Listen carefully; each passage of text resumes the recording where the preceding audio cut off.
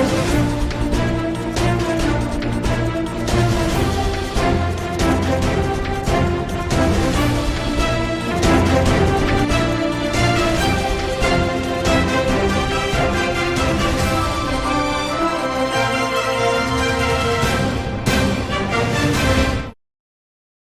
Welcome to STV news. ముందుగా headlines చూద్దాం.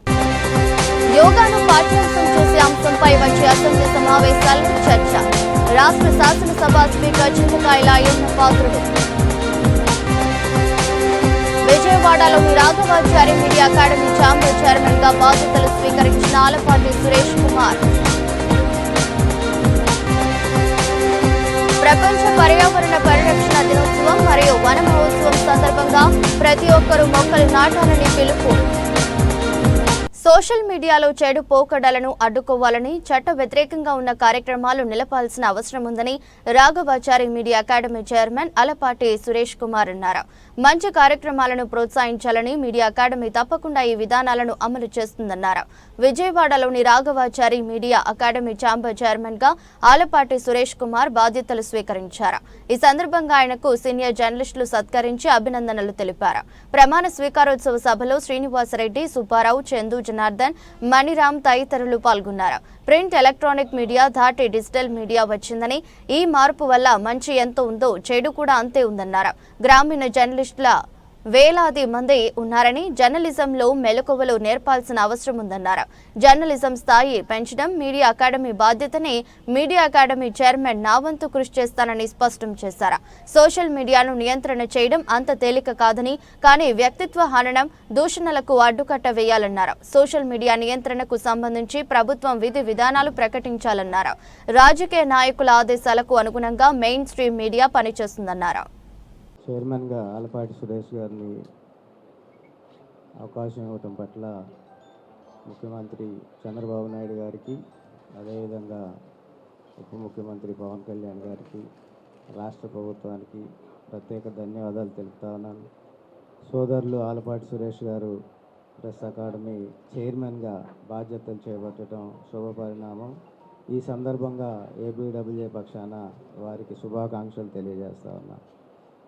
పెద్దలు శ్రీనివాసరెడ్డి గారు ఈ కార్యక్రమానికి రావటం, వారు మా ఉద్యమానికి గత 5 దశాబ్దాలుగా నాయకత్వం వహిస్తూ తెలంగాణ మీడియా అకాడమీ చైర్మన్గా ఉండటం, అదేవిధంగా ఉమ్మడి రాష్ట్రానికి ప్రెస్ అకాడమీ చైర్మన్గా చేయటం, ఇప్పుడు కూడా తెలంగాణ మీడియా అకాడమీ బాధ్యులుగా తెలంగాణ రాష్ట్రంలో ఉన్న జర్నలిస్టులకి సంక్షేమానికి పనిచేస్తూ ఆయన ఐజేయు అధ్యక్షుడిగా ఈ కార్యక్రమానికి వచ్చి ముఖ్య అతిథిగా పాల్గొనడం పట్ల ప్రత్యేక ధన్యవాదాలు తెలుపుతా ఉన్నాను.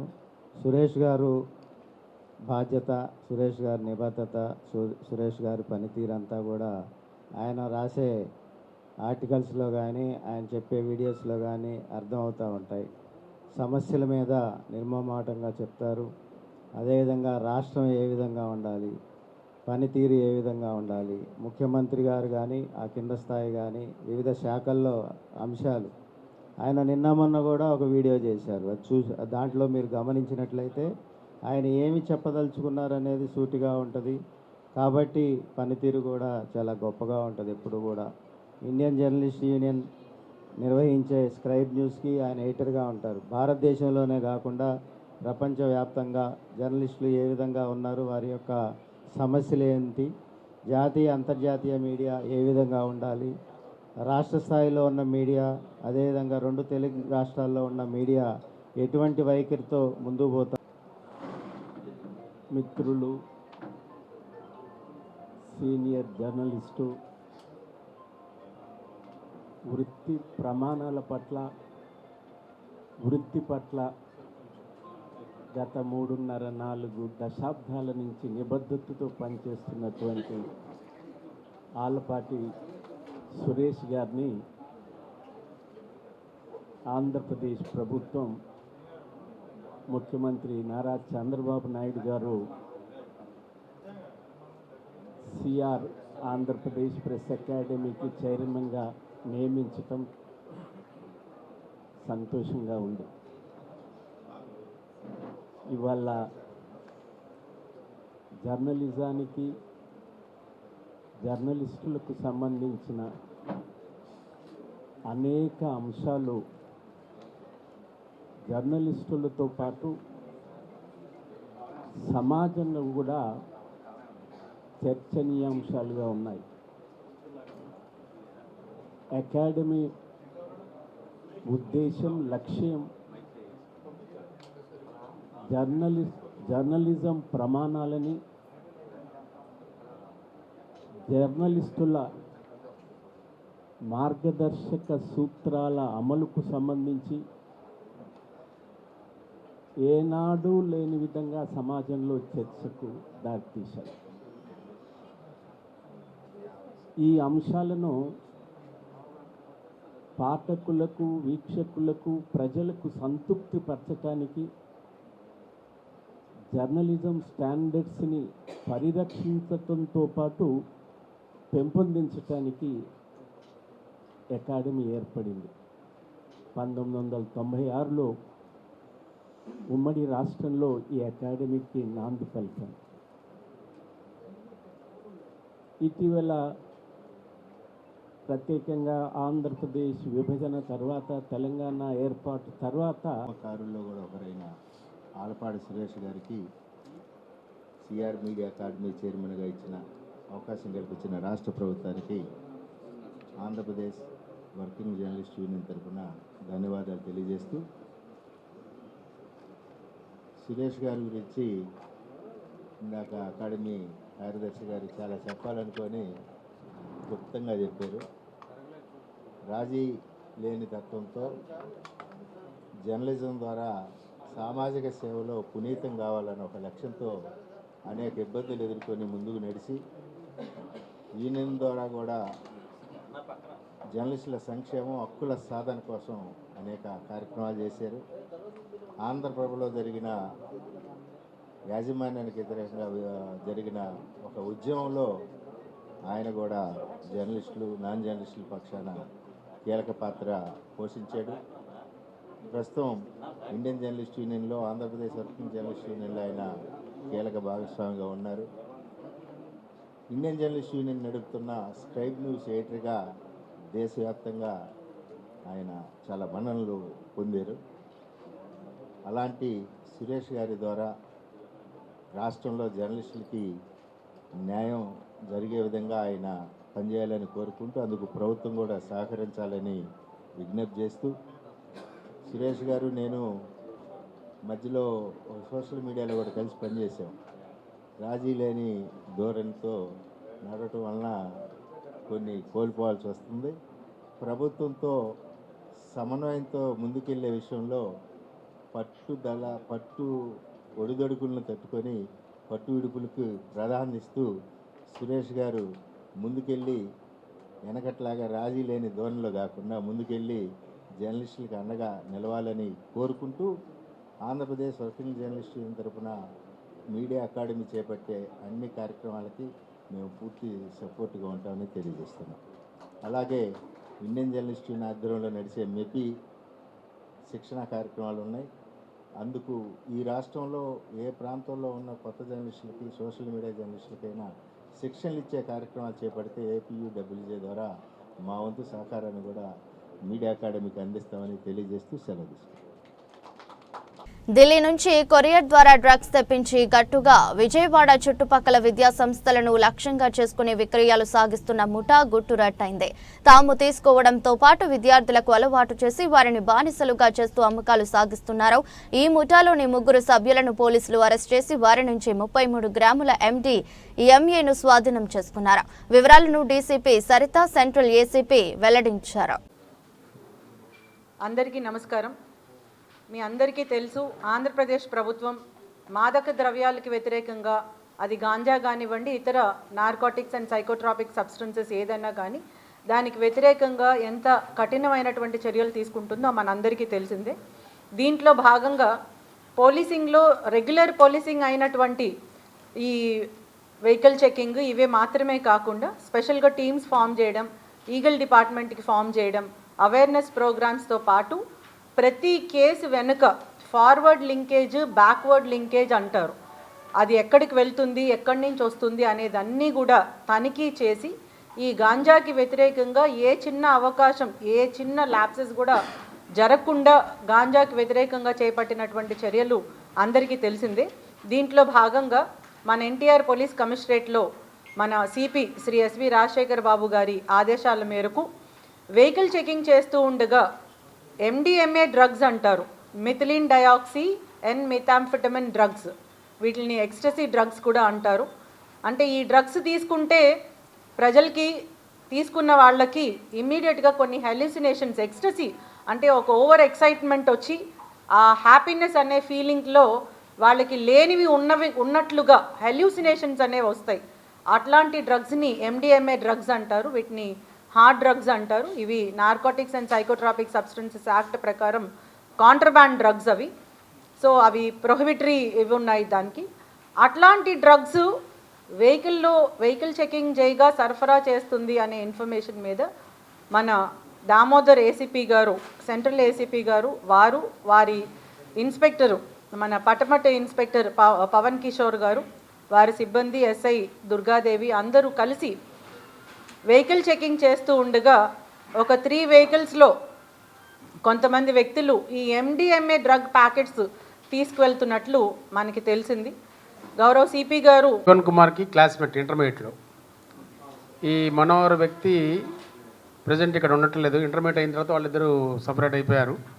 లేటరాన్ ఆ ఫోన్ ద్వారా అట్లా మాట్లాడుకొని చేసుకుంటూ ఉన్నారు. ఈ మనోహర్ అనే వ్యక్తి యూపీలో వాళ్ళ మేనమామ ఈ కాంట్రాక్ట్ చేస్తూ ఉంటే ఆ కాంట్రాక్ట్ వర్క్స్ దగ్గర ఉంటున్నాడు. అతనికి ఈ మనోహర్ అనే వ్యక్తికి ఢిల్లీ వాళ్ళు రింకు అనే ఒక అతను ఉన్నాడు. ఆ రింకు అనే అతను మరి ఆ యూపీ వాళ్ళ ద్వారా రింకు పరిచయం అయ్యాడా లేకపోతే డైరెక్ట్ రింకు పరిచయం అయ్యాడా వీ డోంట్ నో. మనం తర్వాత మనోహర్ని అడిగితే తెలుస్తుంది, లేకపోతే రింకుని పట్టుకుంటే తెలుస్తుంది. ఆ మనోహర్ అనే అతను రింకు ఫ్రెండు. వీళ్ళు మన రింకు దగ్గర మనోహరు ఎప్పుడన్నా ఈ డ్రగ్ వాడితే వాడుండొచ్చు, మనకేం తెలియదు ఇంతవరకు. ఆ మనోహరు అప్పుడప్పుడు ఇక్కడికి ఒక 2 నెలలకు 3 నెలలకు 5 నెలలకు ఇక్కడికి వచ్చినప్పుడు ఈ జీవన్ కుమార్ కలుస్తూ ఉండేవాడు. ఆ మనోహరు ఈ డ్రగ్ యూజ్ చేయడం అతను చూస్తుంటే నాకు కూడా ఇట్లా కొన్ని డిప్రెషన్ మూడ్స్, తర్వాత కొద్దిగా ఏదైనా ప్రాబ్లం ఉన్నప్పుడు అలాంటి టైంలో నాకు కూడా తీసుకోవాలనిపిస్తుంది అని చెప్పంటే ఈ మనోహర్ 1-2 సార్లు ఇతను కలిసినప్పుడు బోత్ ఆర్ కన్సీవ్డ్. దాంతో అలవాటుతోటి ఇతను ఏం చేశాడంటే అన్న ఎవరిస్తే ఎక్కడిస్తారు అది అని చెప్పంటే ఈ introduced one Rinku on phone WhatsApp మీద ఇంట్రడ్యూస్ చేస్తే అప్పటి నుంచి డైరెక్ట్గా అదే ఈ జీవన్ కుమార్ వాళ్ళని కాంటాక్ట్ చేసి రింకు ద్వారా మనీ పే చేస్తారు. మనీ కూడా క్యాష్లెస్ ట్రాన్సాక్షన్ ద్వారా. అదేవిధంగా ఈ ఒక చౌదరి బందోపాధ్యాయ చౌదరి అని ఒకతున్నాడు. అతను ఇది మన క్యూఆర్ కోడ్ ఇచ్చేవాడు. ఆ క్యూఆర్ కోడ్ మీద అతను ఒకటి పంపించేస్తే దాని మీద అతను డబ్బులు కొట్టి 2000 ముందు ఇచ్చేసి తర్వాత వన్స్ ఆ కొరియర్లో ట్రాక్ ఆన్ కొరియర్ కానీ డిటిడిసి కానీ ఆ కొరియర్లో వచ్చినప్పుడు లేటర్ అన్న రిమైనింగ్ అమౌంట్ కూడా కొట్టేసి అట్లా వాడుకుంటాడు. A2కి ఇతను జీవన్ కుమార్కి వచ్చిన తర్వాత జీవన్ కుమార్తో పాటు వీళ్ళిద్దరు అదర్ 2 పర్సన్స్ అరెస్ట్ అయిన వాళ్ళిద్దరు కూడా ఫ్రెండ్స్ వాళ్ళు అట్లా షేర్ చేసుకున్న తర్వాత అట్లా ఒకరికి లింకేజ్ ఉంది. ఇది ఆ లింకేజ్ పర్సన్స్ ఇటు ఎఫర్ట్స్ టు కాలేజ్ కూడా. ఆ తర్వాత దాని గురించి మేము లేటర్ అంటే క్లియర్ కట్ మనకి ఇన్ఫర్మేషన్ లేకుండా మనం చెప్పడం కరెక్ట్ కాదు కాబట్టి వేరే కేసు కూడా ఇంకా అండర్ ఇన్వెస్టిగేషన్లో ఉంది. దీంట్లో కాల్ డీటెయిల్స్, టవర్ లొకేషన్స్, తర్వాత కనెక్టెడ్ పీపుల్ ఎవరెవరికి ఏంటి లింకేజెస్ చూసుకొని చేస్తాం. చెట్లతోనే మానవాళి మనుగడ సాధ్యమని హరితాంధ్రప్రదేశ్ లక్ష్య సాధనలో భాగంగా రాష్ట్ర వ్యాప్తంగా 1 కోటి మొక్కలు నాటుతున్నామని రాష్ట్ర బీసీ ఈడబ్ల్యూఎస్ సంక్షేమ చేనేత మరియు జౌళి శాఖ మంత్రి ఎస్ సవిత స్పష్టం చేశారు. మొక్కలను నాటడమే కాకుండా వాటిని పరిరక్షించాల్సిన బాధ్యత అందరిపైన ఉందన్నారు. ప్రపంచ పర్యావరణ పరిరక్షణ దినోత్సవం మరియు వన మహోత్సవం సందర్భంగా పోరంకిలో మంత్రి ఎస్ సవిత మొక్కలు నాటారు. ఈ సందర్భంగా పర్యావరణ పరిరక్షణకు, పచ్చదనం పెంపుదలకు కట్టుబడి ఉన్నామని చేస్తామంటూ స్థానికులతో మంత్రి సవిత ప్రతిజ్ఞ చేయించారు. అనంతరం ఆమె మాట్లాడుతూ పర్యావరణ పరిరక్షణ ప్రతి ఇంటి నుంచే ప్రారంభం కావాలన్నారు. ప్లాస్టిక్ వినియోగానికి అందరూ దూరంగా ఉండాలని, ప్రతి ఒక్కరూ మొక్కలు నాటాలని పిలుపునిచ్చారు. పచ్చని చెట్టుతోనే మానవాళి మనుగడ సాధ్యమని స్పష్టం చేశారు. రాష్ట్రంలో పచ్చదనాన్ని గణనీయంగా పెంచి హరితాంధ్రప్రదేశ్ ఆవిష్కరణకు, పర్యావరణ పరిరక్షణకు పెద్దపీట వేయాలని కూటమి ప్రభుత్వం నిర్ణయించిందన్నారు. దీనిలో భాగంగా ప్రపంచ పర్యావరణ పరిరక్షణ దినోత్సవం సందర్భంగా రాష్ట్ర వ్యాప్తంగా 1,00,00,000 మొక్కలు నాటాలని సీఎం చంద్రబాబు ఆదేశించారన్నారు. కార్యక్రమంలో కార్పొరేషన్ చైర్మన్లు వీరంకి గురుమూర్తి, ఈశ్వర్, పలువురు టీడీపీ నాయకులు తదితరులు పాల్గొన్నారు.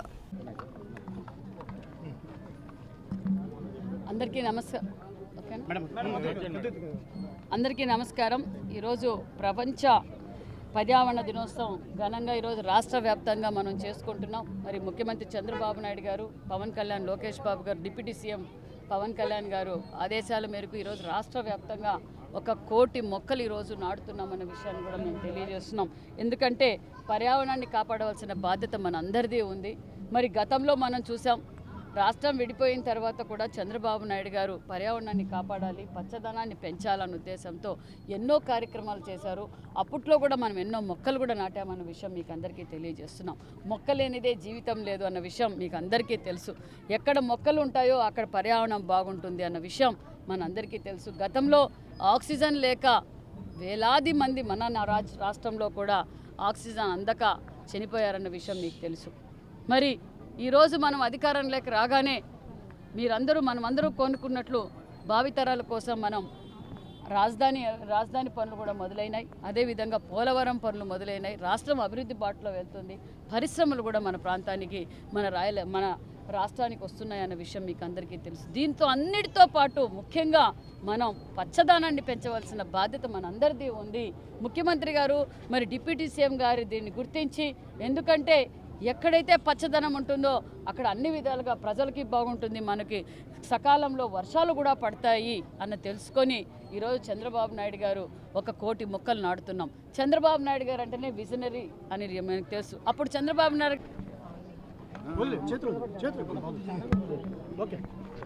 మరి ఈరోజు ప్రపంచ పర్యావరణ దినోత్సవ సందర్భంగా సౌతమ్మ గారి మన మంత్రివర్యులు, సంక్షేమ మంత్రివర్యులు శ్రీ సౌతమ్మ గారి కార్యక్రమానికి విచ్చేశారు. ముఖ్యంగా ప్రకృతికి మనం ఎటువంటి బాధ్యత వహించాలి అనేది ఈ కార్యక్రమం ద్వారా మేడం గారు చక్కని సందేశం మాకు అందరికీ ఇచ్చారు. మరి అలాగే శ్రీ నారా చంద్రబాబు నాయుడు గారు ఆదేశం ప్రకారం విజన్ 2047 దానిలో ఒక ముఖ్యమైన సందేశం ఏది ఇచ్చారంటే 2047 సంవత్సరం కల్లా ఇప్పుడు ప్రస్తుతం 30% ఉన్న పచ్చదనాన్ని 50% తీసుకెళ్ళటానికి ఒక కార్యక్రమాన్ని ఏదైతే ఆదేశించారో ఆ కార్యక్రమానికి మేము బాధ్యత వహిస్తూ రాష్ట్రంలో ఉన్న ప్రతి చోట ఈ కార్యక్రమాన్ని ఏర్పాటు చేసే విధంగా మేము బాధ్యత తీసుకుంటాం. అలాగే మన డిప్యూటీ సీఎం శ్రీ పవన్ కళ్యాణ్ గారు ప్రకృతి పట్ల ఆయన ఎంత బాధ్యత వహిస్తున్నారో మనం అందరం ఆలోచించాలి. మరి మొన్న వైజాగ్ అరకు దగ్గర కొండ గిరిజన ప్రాంతాల్లో మరి ఎక్కడైతే వాళ్ళకి ఇబ్బంది జరుగుతుందని, పర్యావరణానికి ఇబ్బంది జరుగుతుందని అప్పటికప్పుడు ఆయన వెళ్ళి అక్కడున్న అధికారులని ఆదేశించి అక్కడ పడుతున్న ఇబ్బందులు, పర్యావరణానికి ఎటువంటి ఇబ్బందులు కలపకుండా, ఫ్యూచర్లో కూడా ఎటువంటి ఇబ్బందులు కలపకుండా ఆదేశించారు. మరి ఈ ఒక్క సందేశం చాలు మరి కూటమి ప్రభుత్వం ప్రకృతి పట్ల ఎటువంటి చింతశుద్ధి వహిస్తుంది అనేది మనకు అర్థమవుతుంది. కాబట్టి మరి ఈ కార్యక్రమాన్ని చాలా చక్కగా మేము అరేంజ్ చేసాం, బ్రహ్మాండంగా జరిగింది. అందరికీ అవకాశం ఇచ్చిన మీడియా మిత్రులందరికీ థ్యాంక్ యూ. ప్రజా ఉద్యమాల ఫలితం కారణంగా బ్రహ్మరాంబాపురం ఇళ్ల పట్టాల సమస్యకు శాశ్వత పరిష్కారం లభించిందని సిపిఎం రాష్ట్ర కమిటీ సభ్యులు దోనేపూడి కాశీనాథ్ అన్నారు. గతంలో రెవెన్యూ రికార్డులో శ్మశాన భూమిగా ఉన్న భూమిని తాజాగా ప్రభుత్వం ఇచ్చిన జీవో ద్వారా నివాస భూమిగా మార్చినట్లు తెలిపారు. విజయవాడ తూర్పు నియోజకవర్గంలోని కృష్ణలంక బ్రహ్మరాంబపురంలో ఇళ్ల పట్టాల రిజిస్ట్రేషన్ కు ప్రభుత్వం జీవో నెంబర్ 107 జారీ చేసింది. గత 40 సంవత్సరాలుగా ఈ ప్రాంతంలో సిపిఎం ఆధ్వర్యంలో జరిగిన ప్రజా ఉద్యమాల ఫలితమే ఈ నిర్ణయమని సిపిఎం రాష్ట్ర కమిటీ సభ్యులు దోనేపూడి కాశీనాథ్ అన్నారు. ఇళ్లపై శాశ్వత హక్కు కోసం 2 తరాలుగా ప్రజలు సాగించిన పోరాటం విజయవంతమైందన్నారు. గతంలో రెవెన్యూ రికార్డులో శ్మశాన భూమిగా ఉన్న భూమిని తాజా జీవో ద్వారా నివాస భూమిగా మార్చినట్లు తెలిపారు. గత 3 నెలలుగా సిపిఎం నేతలు అధికారులను కలిసి రిజిస్ట్రేషన్ ప్రక్రియ వేగవంతం చేయాలని విజ్ఞప్తి చేసినట్లు తెలిపారు. అభ్యంతరకర ఆక్రమణలు లేనందున జీవో 30 ప్రకారం ఇళ్లకు రిజిస్ట్రేషన్లు చేయాలని కలెక్టర్ వెల్లడించినట్లు పేర్కొన్నారు. కార్యక్రమంలో సిపిఎం తూర్పు నగర కార్యదర్శి పుప్పాల కృష్ణ, కార్యదర్శి వర్గ సభ్యులు బత్తుల చిన్నారావు, స్థానిక నేతలు కాయల లక్ష్మణ, తూభాటి తాండవ కృష్ణ, కొమ్మూరి ఆనంద్, ఎస్ బాపనయ్య, ఏ శివ తదితరులు పాల్గొన్నారు. విజయవాడ నగరంలో ఉన్నటువంటి తూర్పు నియోజకవర్గ పరిధిలో ఉన్న కృష్ణలంక 22వ డివిజన్ అనేక సంవత్సరాలుగా దశాబ్దాలుగా రిజిస్ట్రేషన్ సౌకర్యం లేక కొనారిల్లిపోతూ ఉన్నటువంటి దశ. ఆ దశలో సిపిఎం పార్టీ పూనుకొని 2024, 23, 22, 21 దాదాపుగా 2018 నుంచి చేసినటువంటి పోరాటాల ఫలితంగా రిజిస్ట్రేషన్ల సాధన కోసం చేసినటువంటి ఆందోళనలు, నిరాహారదీక్షలు కావచ్చు, రాస్తారోకోలు కావచ్చు, ధర్నాలు కావచ్చు, కలెక్టర్కి మెమరాండాలు కావచ్చు, ఇతర అధికారులకి రాయబారాలు కావచ్చు, ఇన్ని చేసినటువంటి పోరాట ఫలితంగా వచ్చినటువంటిది 2024 మార్చి 13వ తేదీన గత ప్రభుత్వం ఇచ్చినటువంటి జీవో నెంబర్ 107 ఇచ్చింది. ఆ 107 జీవో ప్రకారం బ్రహ్మరాంపురం వాసుల యొక్క శ్మశాన భూమిని క్లాసిఫికేషన్ చేసి వర్గీకరణ చేసి ఆ వర్గీకరణ చేసినటువంటి దాని మీద 23 ఎకరాల 15 సెంట్లలో 10 ఎకరాలు శ్మశానం కింద చూపించి మిగిలినటువంటి 13 ఎకరాల 15 సెంట్లని కూడా గ్రామ కంఠం విలేజ్ సైట్ కింద నమోదు చేయించినటువంటి జీవో. ఆ జీవో ప్రకారం రిజిస్ట్రేషన్లు ఇవ్వాలి అని చెప్పనని గత ప్రభుత్వం పూనుకుంటున్నటువంటి సమయంలోనే మా పోరాట ఫలితంగా అప్పుడు ఎన్నికల నోటిఫికేషన్లు రావడం అంతటితో ఆగటం జరిగింది. తిరిగి మళ్ళీ ఈ కూటమి ప్రభుత్వం 11 మాసాల కాలం అయింది. ఇంతవరకు దీని గురించి పట్టించుకున్నటువంటి పాపాన పోలా. ఎవరు కూడా ఎమ్మెల్యేతో సహా ఎవరు కూడా దీని గురించి అడిగినటువంటి పాపాన పోలా. జీవో నెంబర్ 38 ఇచ్చి నగరం మొత్తానికి లేదా రాష్ట్రం మొత్తానికి ఇచ్చారు తప్ప బ్రహ్మరాంపురం క్లాసిఫికేషన్ జరిగిందా లేదా అని చెప్పనే సమాచారం కానీ ఇంకోటి కానీ ప్రజానీకానికి తెలియకుండా దాన్ని పక్కన పెట్టినటువంటి పరిస్థితి కూడా జరిగింది. అందుకని ఈ కాలంలో జరిగినటువంటి దాన్ని చూస్తే 3 మాసాలుగా సిపిఎం పార్టీ ఆధ్వర్యంలో కలెక్టర్ని గెలిచాం, ఎంఆర్ఓని గెలిచాం, అధికారులను గెలిచాం, సంబంధిత అధికారులకి రిప్రజెంటేషన్లు ఇచ్చాం. జీవో ఉంది. ఆ జీవో నెంబర్ దాని నెంబర్ 107. ఆ 107 బయటికి తీయండి. 107 ప్రకారం మాకు రిజిస్ట్రేషన్లు అవుతాయి అని చెప్పారని కోరినటువంటి ధర్మిల సోమవారం నాడు పోరాటాలు చేసిన ఫలితంగా సోమవారం నాడు కలెక్టర్ గారిని పీజీఆర్ఎస్లో కలిసి రిప్రజెంట్ ఇచ్చినటువంటి సందర్భంగా రిప్రజెంటేషన్ మీద కలెక్టర్ గారు ఎంఆర్ఓని పిలిచి ఆదేశించడం జరిగింది. ఆదేశించి వెంటనే రిజిస్ట్రేషన్ల ప్రక్రియ స్టార్ట్ చేయమని చెప్పారు. 1183 ఏళ్లకు గాను 600 మందికే ఇప్పటి వరకు మేము చేశామని చెప్పారని విఆర్ఓలు వాళ్ళు వీళ్ళు ఏదేదో చెప్పుకుంటూ సమాచారాన్ని దాటేస్తూ ఉన్నారు. ఇది కాదు. 1183 మందికి ఖచ్చితంగా ఈ జీవో ప్రకారం ఇవ్వాల్సినటువంటి అవసరం ఉంది. 107 జీవోను అనుసరించి సిపిఎం చేసినటువంటి ప్రజా పోరాట ఫలితంగా వచ్చినటువంటి ఈ జీవో 107 తక్షణం అమలు జరపాలి. 30కి జీవో నెంబర్ 30కి డిసెంబర్ దాకా ఉంది కాబట్టి రాష్ట్ర వ్యాప్తంగా ఆ 30తో పోల్చుకుని అప్పుడు దాకా ఇది ఎట్లాగే కొనసాగిస్తామని చెప్పారని డాట్ చేసేదానికో తాత్సారం చేసేటువంటి దానికో ప్రయత్నం చేస్తే సహించే సమస్య లేదు. ఇక్కడ ఉన్నటువంటి ప్రజాప్రతినిధులకు కానీ వీళ్ళకి కూడా మేము ఈ సందర్భంగా చెప్పదలిచాం. 20 ఏళ్ళు ప్రజా జీవితంలో ఉన్నటువంటి మీరు చేయలేనటువంటి పని సిపిఎం పార్టీగా ప్రజల్ని కలుపుకొని ప్రజా పోరాటాలని ఉధృతం చేసి సాధించినటువంటి జీవో ఇది. ఆ సాధించినటువంటి జీవోని తక్షణం అమలు జరిపించేదానికి పూనుకోవాలి, డిలే చేయడానికి వీల్లేదని చెప్పనేటువంటిది ఈ సందర్భంగా తెలియజేస్తూ ఉన్నాం.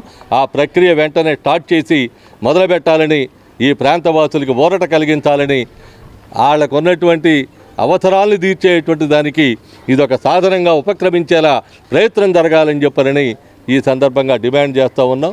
107 జీవోని తక్షణం అమలు జరిపించేటువంటి దానికి పూనుకోవాలని చెప్పి కోరుతా ఉన్నాం. ఇది ప్రజా పోరాట విజయం, బ్రవరాంపురం వాసుల విజయం. సిపిఎం ఆధ్వర్యంలో సాగించినటువంటి పోరాటం బ్రవరాంపురం వాసులు అందరూ ఆబాల గోపాలం తరలొచ్చి సాగించినటువంటి పోరాట ఫలితంగా వచ్చిన ఈ జీవో అమలు జరపాలి. అమలు జరిపించేటువంటి దాంట్లో ఎలాంటి తాత్సారం కానీ భ్రమలు గొల్పి అభిషేకాలు చేయించి ఆ రకమైనటువంటి వరవడిలో కాకుండా వెంటనే దీన్ని పూనుకునేటువంటి దానికి తక్షణం చర్యలు చేపట్టాలని చెప్పి డిమాండ్ చేస్తూ ఉన్నాం. ప్రకృతిని పరిరక్షించేందుకు ఒక్కరోజే ఒక పెద్ద హరిత కార్యక్రమానికి శ్రీకారం చుట్టామని రాష్ట్ర గృహ నిర్మాణ మరియు సమాచార పౌర సంబంధాల శాఖ మంత్రి కొలుసు పార్థసారథి అన్నారు.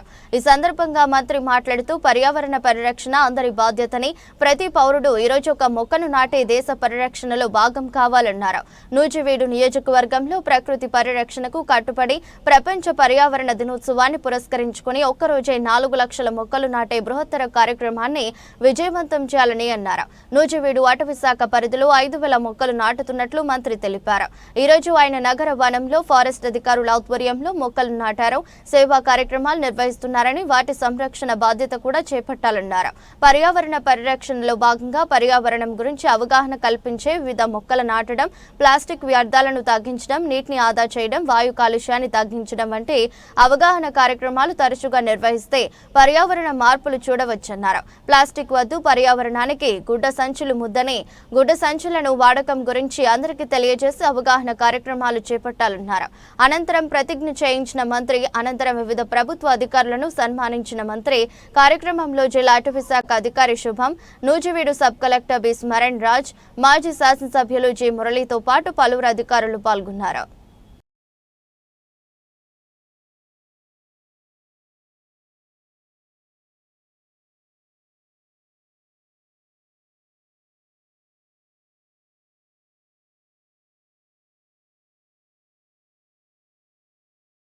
రాష్ట్రంలో 7 మార్కెట్ యార్డుల ద్వారా హెచ్ఐ బర్లీ పొగాకు కొనుగోలు చేయాలని ప్రభుత్వం నిర్ణయించింది. ఉమ్మడి గుంటూరు, ప్రకాశం జిల్లాల్లోని పర్చూరు, ఇంకొల్లు, మార్టూరు, పెదనందిపాడు, ప్రతిపాడు, చిలకలూరిపేట, మద్దిపాడు యార్డుల ద్వారా శుక్రవారం నుంచే సేకరణ ప్రారంభించనున్నారు. ఇక ప్రాసెసింగ్ రకం మామిడికి కిలో 12 రూపాయల చొప్పున చెల్లించి కొనుగోలు చేయాలని ఆహార శుద్ధి పరిశ్రమలు టేడర్లను ఆదేశించింది. ఇందులో వ్యాపారులు 8 రూపాయలు, ప్రభుత్వం 4 రూపాయలు చొప్పున భరించాలని నిర్ణయించింది. కోకో రైతులకు కిలోకు 500 రూపాయలు దక్కేలా వ్యాపారులు 450 రూపాయలు, ప్రభుత్వం 50 రూపాయలు చొప్పున చెల్లించనుంది. పొగాకు, మామిడి, కోకో పంటలకు గిట్టుబాటు ధరలపై గురువారం ఉండవల్లిలోని క్యాంపు కార్యాలయంలో సీఎం చంద్రబాబు సమీక్షించారు. ఈ సందర్భంగా తీసుకున్న నిర్ణయాలను వ్యవసాయ మంత్రి అచ్చెన్నాయుడు విలేకరులకు వివరించారు. గిట్టుబాటు ధరలతో కొనుగోలు చేయడం వల్ల రాష్ట్ర ప్రభుత్వంపై 550 రూపాయల కోట్ల వరకు భారం పడనుందన్నారు. ఆరోగ్య ఆనంద స్వర్ణాంధ్రకు నాంది పలికేలా యోగా ప్రతి ఒక్కరి జీవన విధానం అయ్యేలా విద్యార్థి దశలోనే యోగా శిక్షణను తప్పనిసరి చేసేలా చట్టాన్ని రూపొందించాల్సిన అవసరం ఎంతో ఉందని రాష్ట్ర శాసనసభ స్పీకర్ చింతకాయల అయ్యన్న పాత్రుడు పేర్కొన్నారు. 6వ తరగతి నుండి ఇంటర్మీడియట్ వరకు యోగాను పాఠ్యాంశంగా చేసే అంశంపై వచ్చే అసెంబ్లీ సమావేశాల్లో చర్చిస్తామని ఆయన తెలిపారు. యోగాంధ్ర 2025 కార్యక్రమంలో భాగంగా గురువారం అమరావతిలోని రాష్ట్ర శాసనసభ ప్రాంగణంలో శాసనసభ ఉద్యోగులకు యోగా శిక్షణ కార్యక్రమాన్ని నిర్వహించారు. కార్యక్రమానికి ముఖ్య అతిథిగా విచ్చేసిన శాసనసభ స్పీకర్ చింతకాయల అయ్యన్న పాత్రుడు మాట్లాడుతూ మానవాళి యావత్తు ఆరోగ్యంగా సుఖ సంతోషాలతో జీవనం సాగించాలనే సంకల్పంతో భారతీయ ఋషులు ప్రపంచానికి అందజేసిన సనాతన కార్యక్రమం యోగా అన్నారు. అనంతరం ఆయుష్ శాఖ నుంచి వచ్చిన వైద్యాధికారులు డాక్టర్ రామానందం, డాక్టర్ రత్న ప్రియదర్శిని శాసనసభ ఉద్యోగులకు యోగా శిక్షణ కార్యక్రమాన్ని నిర్వహించారు. ఆయుష్ డైరెక్టర్ కె దినేష్ కుమార్, శాసనసభ సెక్రటరీ జనరల్ ప్రసన్న కుమార్, సూర్యదేవరావు, ఉప కార్యదర్శులు K Rajakumar, Vanitharani, assistant secretary R Srinivasarao తదితరులతో పాటు శాసన ఉద్యోగులు ఈ శిక్షణ కార్యక్రమంలో పాల్గొన్నారు. జాతీయ స్థాయిలో ఈ యోగా సెక్రటరీ జనరల్ ప్రసన్న గారికి, ఆయుష్ డైరెక్టర్ దినేష్ గారికి, ఇక్కడికి విచ్చేసిన యోగా, మెడిటేషను, ప్రాణాయామ మధ్యలో 3 దశాబ్దాలు 4 దశాబ్దాలు పూర్తిగా నా అలవాటు తప్పింది. దాని రిపర్కషన్ ఇప్పుడు మీలాగా స్మార్ట్గా బనీలు వేసుకోవాలనుకున్నా కానీ బనీలు ఏమో సరిపోలేదు నాకు. సో నాకు యోగా అవసరం పూర్తిగా మళ్ళీ అర్థమైంది. మళ్ళీ తిరిగి అందరికీ నమస్కారం అండి. చాలా సంతోషం ఈ యోగా కార్యక్రమంలో మీరందరూ పాల్గొన్నందుకు ప్రతి ఒక్కరికి కూడా మనస్ఫూర్తిగా ధన్యవాదాలు తెలియజేస్తున్నాను. మీ అందరికీ తెలుసు, ఆంధ్రప్రదేశ్ ప్రభుత్వం ప్రజల ఆరోగ్యాన్ని, సంక్షేమం చూసిన ఈ యోగా ఆంధ్ర 2025 పెళ్లి కాకుండా ఉన్న కుర్రవాళ్ళకి టెన్షనే. పెళ్ళి అయిన తర్వాత ఎలాగ టెన్షన్ ఉంటుంది, తప్పదనుకుంటుంది. పెళ్ళి అయిన తర్వాత ఎలాగ టెన్షన్ ఉంటుంది, ముసలి వాళ్ళకి టెన్షనే. అటువంటి ప్రపంచంలో మనం వెళ్తున్నాం. అందుకే యోగా అన్నది సనాతన కాలం నుంచి ఉన్నదే, ఇది కొత్త ఏం కాదు. యోగా అన్నది పూర్వీకుల నుంచి ఉన్నదే, మర్చిపోయాం. అంచేత దీనికి ప్రాధాన్యత ఇవ్వాలనే ఉద్దేశంతో 23. రెండవది, మా సెక్రటేరియట్ స్టాఫ్ కూడా they lived up to our expectations. Very short నోటీస్లో రిసెప్షన్ ప్రోటోకాల్ వాళ్ళు they swung into action. Again they are mindful of how natural this event is. They have arranged for special refreshments, కొబ్బరి నీళ్లు, తాటి ముంజలు event తర్వాత. Thank you వనితారాణి గారు, thank you Eswararao గారు, thank you. ముందుగా ప్రార్థనతో బిగిస్తున్నాం.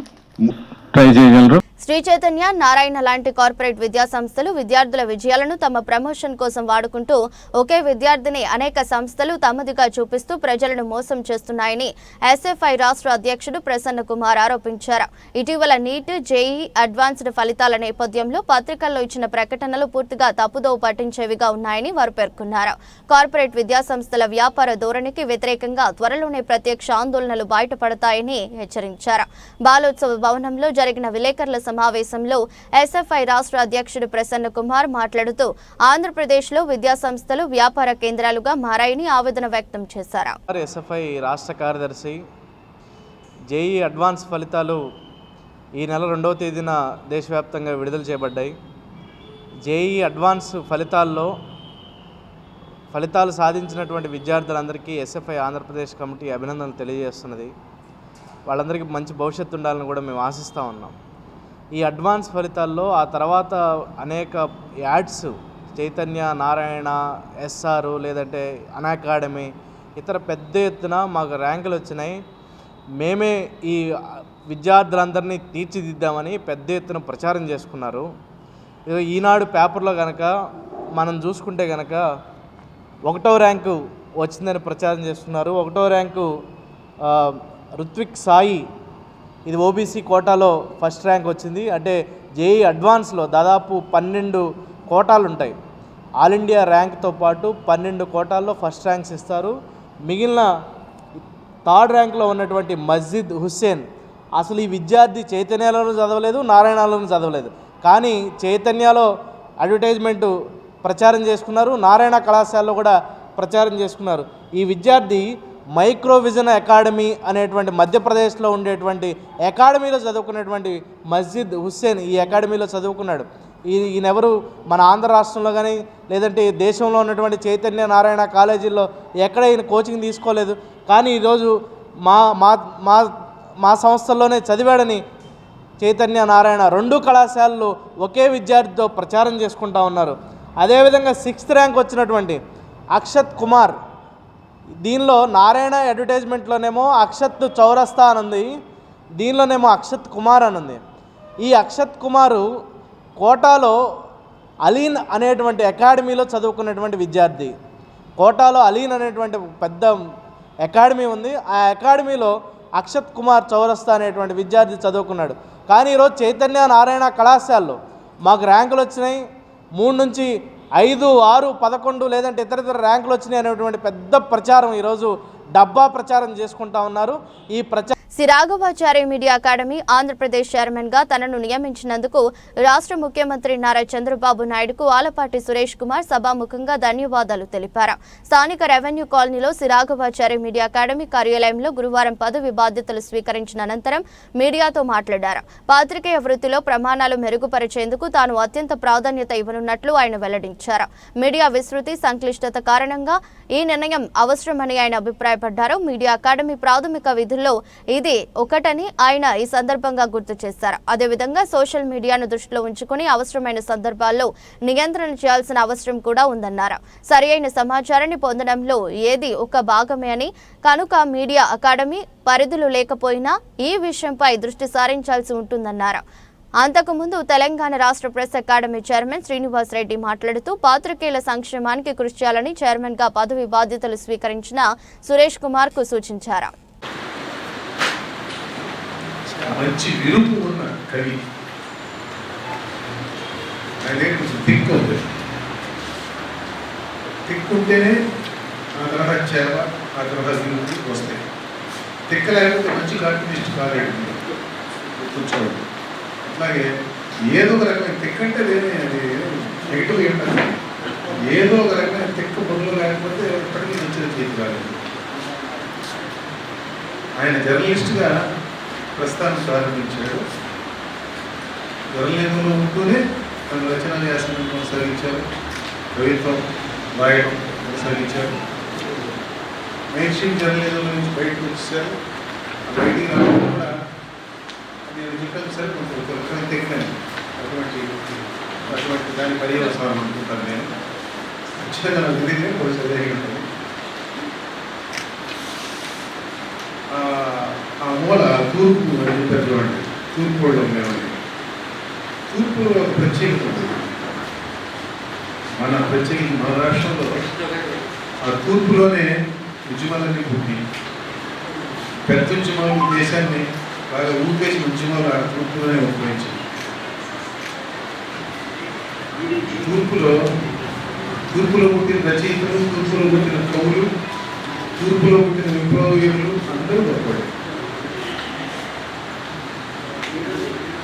ఆ మొత్తం అటువంటి ఆ ధోరణులు, ఆ ట్రెడిషన్స్, ఆ సాంప్రదాయం, వాటినన్నింటినీ బాగా వంట పట్టించుకున్న మనిషి నా నది ధర్మరావు.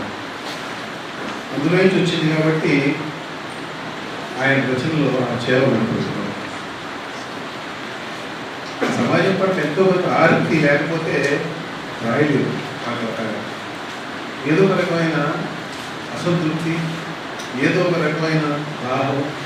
ప్రతి ఒక్కరూ ప్లాస్టిక్ బదులుగా నార వస్త్ర బ్యాగులను వినియోగించాలని సెంట్రల్ నియోజకవర్గం శాసనసభ్యులు బోండా ఉమామహేశ్వరరావు తెలిపారు. ప్రతి ఒక్కరము మన ఇంటి వద్ద ఒక మొక్క నాటి రోజుకొక మగ్గు నీరు పోయడం మాత్రమే వృక్షాలను పరిరక్షించుకోవాలని కోరారు. సెంట్రల్ నియోజకవర్గంలోని 61వ డివిజన్ పాత పాయకాపురం చెరువు పార్క్ వద్ద ప్రపంచ పర్యావరణ దినోత్సవం కార్యక్రమం ఘనంగా జరిగింది.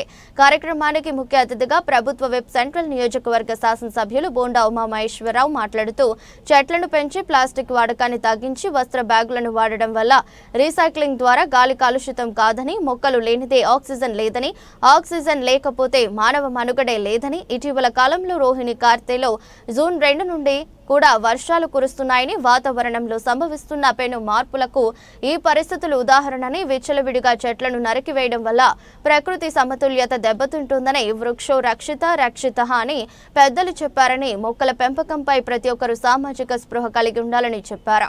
ప్రతి ఇంటి ముందు అవకాశం ఉన్న ప్రతి చోట ప్రభుత్వ, ప్రైవేట్ కార్యాలయాల్లో, పాఠశాలలో, వైద్యశాలలో విరివిరిగా మొక్కలు నాటాలన్నారు. ఆరోగ్యానికి, పర్యావరణ సమతుల్యానికి, రేపటి తరానికి బంగారు భవిష్యత్తును అందించడానికి బాటలు వరుస్తుందని తెలిపారు. ఒక్క మొక్కలు పెంచడం తప్పితే ఒక రెండవ ఆలోచనే ఉండకూడదు, రెండవ పరిష్కారమే మనకి లేదు. మనం మొక్కలు అనేది చిన్నప్పటి నుంచి పిల్లల నుంచి అలవాటు చేయాలి.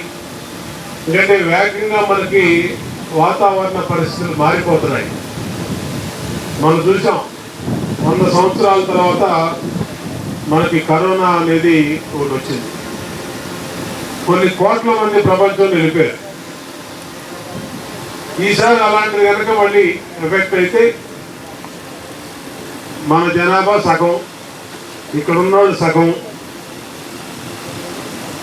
అంటే ఎన్నిటిని రాకుండా మనం జాగ్రత్తలు తీసుకోవాలంటే పరిశుభ్రమైనటువంటి వాతావరణంలో, ఆరోగ్యకరమైనటువంటి వాతావరణంలో చక్కటి మొక్కలు పెంచి వాటిని వనాలుగా తయారు చేసి ప్రతి ఇంటికి కనీసం 2 నుంచి 3 మొక్కలు, అది అద్దెళ్ళైనా చెన్నీళ్ళైనా పెద్దిళ్ళైనా కనీసం 1 మొక్క అయినా పెట్టేటట్టు పెట్టుకుంటే దానివల్ల బ్రహ్మాండమైనటువంటి ఆక్సిజన్ ఉత్పత్తి అవుతుంది.